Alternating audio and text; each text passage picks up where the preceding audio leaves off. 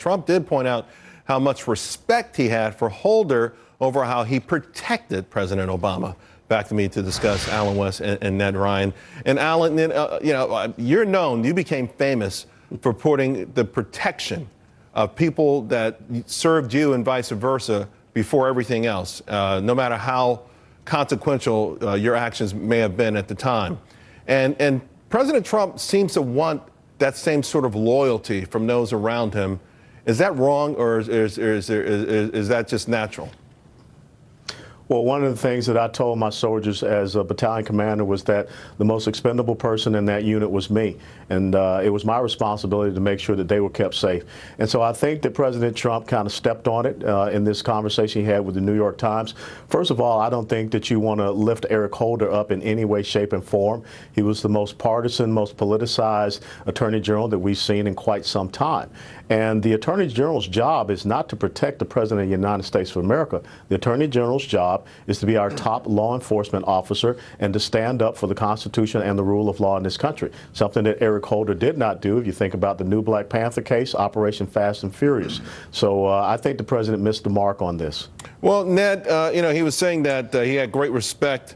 He understood that just the fact that Holder, though, would fall on the sword for the president, he admired that. And he said it was too bad that Attorney General Jeff Sessions had recused himself from this whole Russia probe, which to a certain degree did propel it out of control from the very beginning. No, I would actually argue, Charles, one of the worst political decisions in 2017 was Jeff Sessions recusing himself from this entire Russia investigation. And I know that the president felt defrauded by that because he was not consulted before that decision was made. I and other conservatives felt defrauded as well. But Jeff Sessions can redeem himself in this situation. He can do a couple different things. One, he can actually open and formally announce an investigation into the Uranium One deal. He can work with the White House to declassify the FISA warrants. And quite frankly, Charles, a lot of what took place under Eric Holder and Loretta Lynch needs to be declassified to put trust back into the DOJ, because I think a lot of the American people have lost trust in that institution.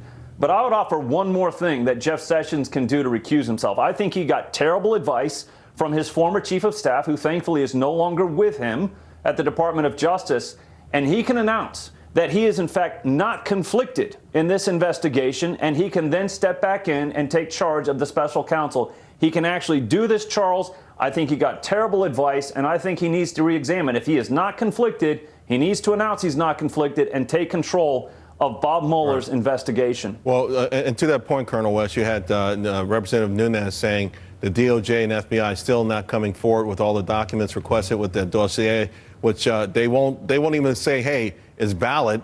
No one knows exactly. They're trying to follow the money trail, but it seems like there needs to be some form of leadership there. And is it possible in your mind that maybe Jeff Sessions can step back into the picture at this point?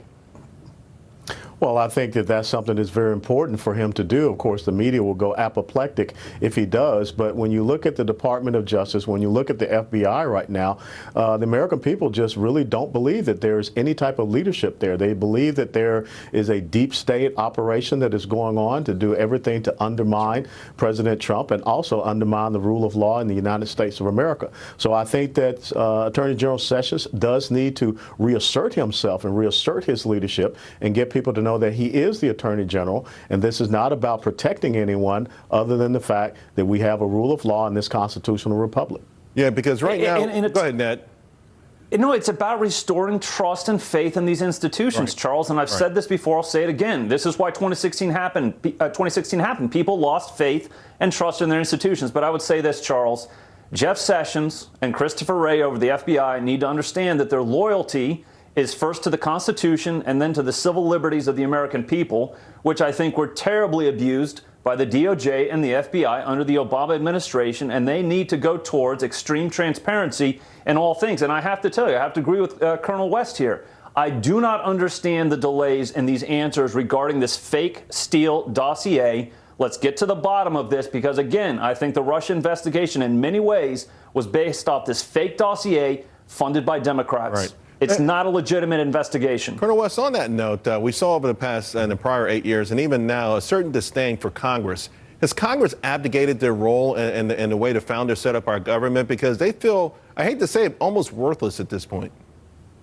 No, you're absolutely right. Congress has abdicated much of its enumerated powers either to the executive branch or to the judicial branch. When you look at some of the instances where the judicial branch, Supreme Court, has been established in law, that's not what they're supposed to do. Well, so Congress needs to step back in and reassert They have to itself. step back in, and I want to thank both of you gentlemen. Say have a happy new year, and to the audience, you're the best. Happy New Year. Thank you for everything.